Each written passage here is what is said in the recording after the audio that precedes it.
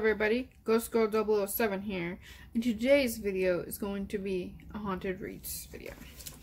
Right now, on Haunted Reads, we are reading I Am Haunted, Living the Life Through the Dead by Zak Bagans.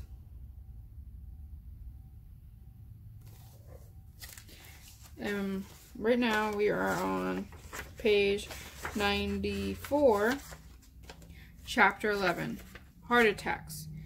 Can spirits cause them? I don't think people understand paranormal attacks. Hell, even I don't understand them. But I respect them. And that keeps me from getting harmed too badly. How spirits attack people is one of the things I've been researching a lot. Spirits have no mass, but they can bring a grown man to his knees. Earlier on, when I was a novice in this field, I would try to get attacked by calling out demons, and it happened more often than I care to admit. And though it probably wasn't smart, it helped me learn. Evil spirits, or the ones with bad intentions, can harm you, both physically and mentally. They can scratch, burn, bruise you, or attack you with physical objects. I've seen it. But lately I've heard of several people having serious health issues after encounters with spirits, even dying soon after completing an investigation. Usually an investigation that turned nasty, where violent EVPs were documented. They fell victim to heart attacks and strokes. At the Black Swan Inn in San Antonio, Texas, an investigator named Victor Salazar received vulgar EVP voices saying that the spirits there wanted to kill him. Within a few months, he had a massive stroke, and his gallbladder was twisted into knots. If a spirit has the ability to manipulate you emotionally, for example, you walk into a room and feel sad or agitated, then the spirit is inside you and letting you feel its emotions.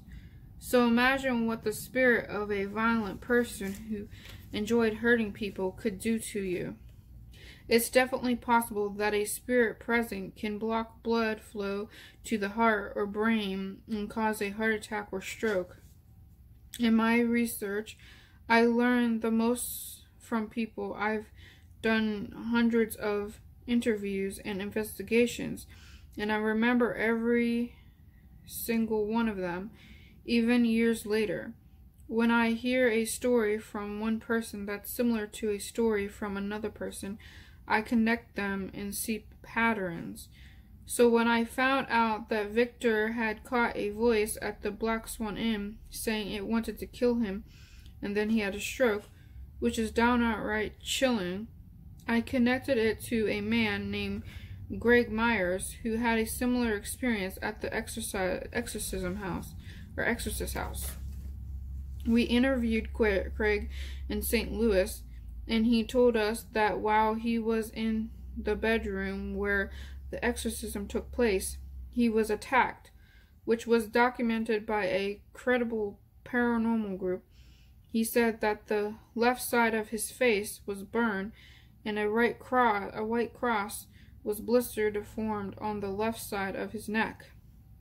A few months after he told us this story, he had a massive stroke that affected the left side of his body. What's interesting is that Greg felt the attack the moment it happened and had a stroke later. We used Greg's name over and over while doing our investigation at the exorcist house, and the spirits responded. We took the Ouija board that he kept under his bed, put a spirit box on top of it, and caught voices saying trouble, Ouija board, devil. Like the name, I'm not gonna say this name, but the same, they said devil in a different language, and he needs help. Could this spirit actually have caused his stroke? When he had his encounter, Greg Myers was using a paranormal puck designed by electrical engineer Bill Chappell. It is basically a database of words that spirits can choose by using their energy. During Greg's investigation, the paranormal puck said burn, just before Greg started to feel the burning on his face. And then it said, paranormal investigator, die. This is truly scary because a paranormal investigator did indeed die there later. Likewise, at the Black Swan Inn, Victor caught a voice through a digital recorder that said die, and he suffered a massive stroke afterwards. It's very odd that these people documented similar evidence telling them they were going to die and then had a stroke.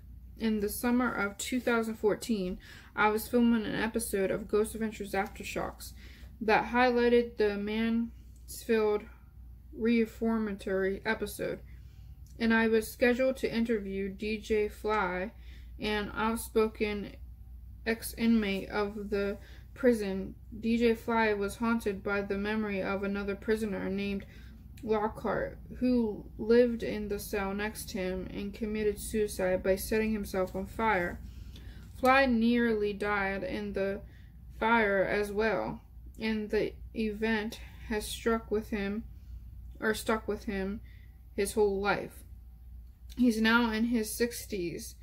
We were at the studio the day before DJ Fly was scheduled to fly to Vegas for the interview when we got a call from his family. On his way to the airport, DJ Fly had suffered a heart attack. His family said he had felt the pain coming on and started screaming Lockhart, as if the spirit of Lockhart was attacking him. DJ Fly survived, and later I sent a camera crew to interview him. He said he believed that Lockhart was trying to kill him, as if Lockhart was trying to prevent Fly from coming to speak with me. Recently, an exorcist, Father Andrew Clatter, died from a stroke. He faced a lot of demons and fought them toe-to-toe over the years, and when I looked into his case, it sounded similar to the other ones I've described. There seemed to be a pattern to all of them.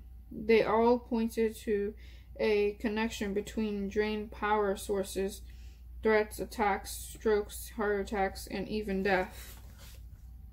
Think about this. If demons and negative spirits have the power to drain batteries, make large electronic devices malfunction by short-circuiting electrical currents, and interfere with carefully engineered electronics, then imagine what they can do to the electronical impulses within your body.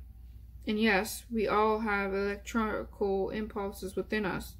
Distributing those electronic messages can lead to heart attacks and strokes. Here's a great explanation of the body's electrical systems. Have you ever wondered what makes your heart beat? How does it do it automatically? Every second of every minute of every hour of every day? The answer lies in a special group of cells that have the ability to generate electrical activity on their own. These cells separate charged particles, then they spontaneously leak certain charged particles into the cells. This produces electrical impulses in the pacemaker cells, which spread over the heart, causing it to contract. Most strokes are caused by some form of arterial blockage. And this, I think I said that right. But some simple strokes or cerebral, I can't even say that right, are caused by a lack of distribution of blood flow to the brain, usually due to cardiac arrest. So there's a cause and effect at work here that we can call the demon stroke theory. Demons interfere with the electrical impulses of the heart. The heart goes into cardiac arrest. The cardiac arrest causes a stroke. Sure, it's a theory, but we have to start somewhere if we want to fight this evil. And to me, that's worth all the risk, even if scientists and skeptics disagree. My most valuable research in this field doesn't come from spending time with scientists or being in a lab. It comes from spending hour after hour after hour around spirits. Scientists don't believe in the paranormal because they can't explain it and don't want to. They have to observe everything or it does not exist to them. Observation is a critical part of the scientific method, which is why evolution is and always will be a theory, because no one was there to observe it in over a million years. Despite mountains of evidence virtually proving that it happened, skeptics always say scientists can't explain it. It's their mantra, but scientists can't explain a lot of things. Until a few years ago, it was believed that there were no Earth-like planets in our galaxy that could sustain life, but now we're finding them by the dozens every week. There are things we just can't control or even understand yet, and the spirit world is at the top of that list. I've done investigations where I was able to get paranormal activity on cue, but that doesn't mean I can go to a lab and bring ghosts with me so that scientists can study them at their leisure in their own controlled environment. So even though I've experienced hundreds of paranormal events using the same equipment scientists use, paranormal investigators will always be second fiddle to them. I believe that I am truly defying most skeptical scientists with my findings, such as unusual evidence we collected at the Stanley Hotel with Bill Chappell. We have to understand that we're dealing with the unexplained. We only know what we can see, hear, smell, and taste, and feel. Everything else is in just a theory. Sometimes I feel that we humans have the mentality of a 2-year-old. Why does it do that? Why is that the way it is? Why? We're curious beings who are programmed to ask questions, but if there isn't an answer, then it must not exist, and we ridicule it or make fun of those who do believe in it. Anyone who has spent a day in the paranormal field has experienced this kind of skepticism.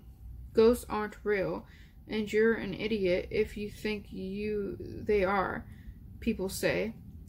But when you've been through it and start to make these connections, you really start believing that you're on to something. And sometimes I wonder if I'm getting myself in trouble by starting to figure it out.